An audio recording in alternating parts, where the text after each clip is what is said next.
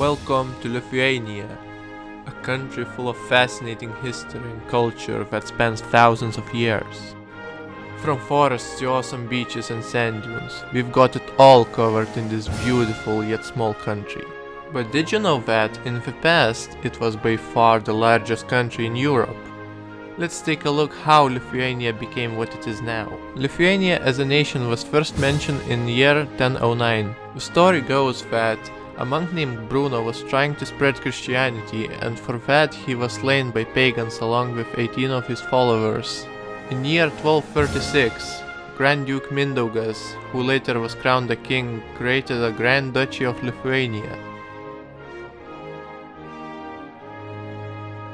However, the newly created state had many enemies who wanted its destruction, such as holy orders in the west and disorganized Russian principalities. We fought many battles against them, such as the Battle of Saule, in which we were victorious. After many victories, the holy orders and the Rus lands were more and more weakened, so much so that in the decisive Battle of Grunwald, Tannenberg, or Žalgiris, as it's called in Lithuania, in the year 1410 the holy orders were shattered beyond recovery. This was the golden age of Lithuania.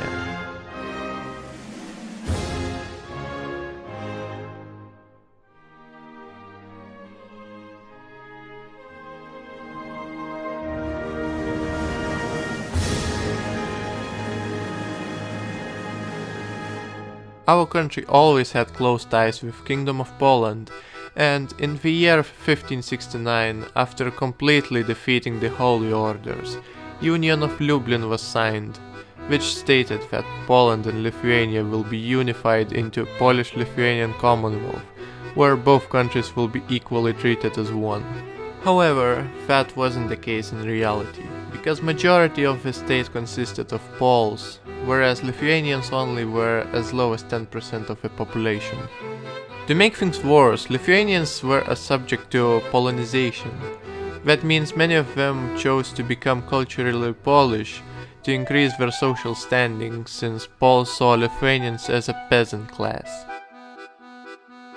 Around 200 years later, Polish-Lithuanian Commonwealth was subject to foreign influence. This was mainly because of political instabilities such as misuse of libertum veto right, or the right to reject a reform even if the majority of the voters are for the said reform.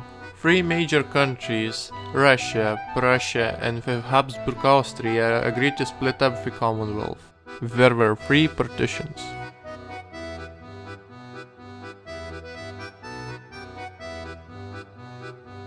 After the second partition, there was a rebellion led by Tadas Kosciuszka, a man who also fought for US independence. Unfortunately, after the third partition, both Poland and Lithuania were wiped out of the map entirely. For around 150 years, Lithuania was under the iron fist of the Russian Empire, until the year 1918, February the 16th, when a declaration of independence was established, and after 2 more years of struggle for keeping the independence, our country has emerged once again. However, without its historical capital, Vilnius, which was occupied by Poland. But this didn't last long. In the year 1940, a Molotov-Ribbentrop Pact was signed between two military giants, USSR and Nazi Germany, which stated that Baltic states, Finland and Poland will be divided between each of them. In the World War II period, Lithuania was occupied 3 times by Soviets and Germany.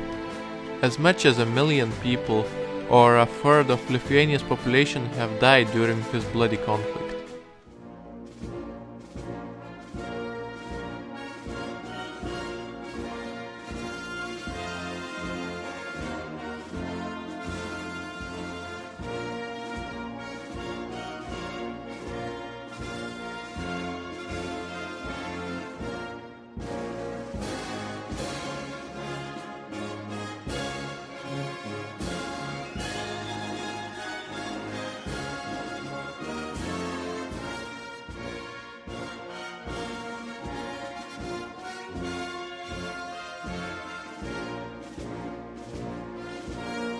After the war, Lithuania was under control of the Soviet Union.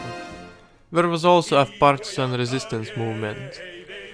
They called themselves Forest Brothers and fought for freedom. The resistance ended shortly after the death of Stalin.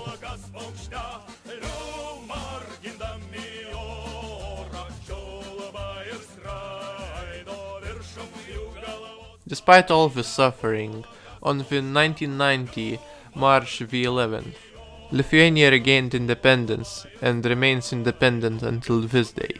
Our country managed to maintain a distinct culture and traditions from the old days. There are many castles and mansions that date back to 15th century, such as Trakai Castle and the Gediminas Tower, as well as the Royal Palace in Vilnius. In fact, the whole city is a UNESCO heritage site. Lithuania still celebrates some pagan holidays, such as Joninės, or longest daytime holiday, and Žolinė, or Herbs Day. Our national dishes include cepelinai, or potato dumplings, šimtalapis, vidarai, and much more. We've got many monuments, statues, and memorials all across the country, such as the Hill of Crosses, which is probably one of the most famous one internationally. There's even a bunker where you can pay to be a Soviet prisoner. As for geography, a lot of Lithuania's area is covered by forests with sand dunes near the coastline. There are many species of birds. However, the most known is white stork, our national bird. In conclusion, although Lithuania has suffered many setbacks, it still has that distinct national identity and uniqueness.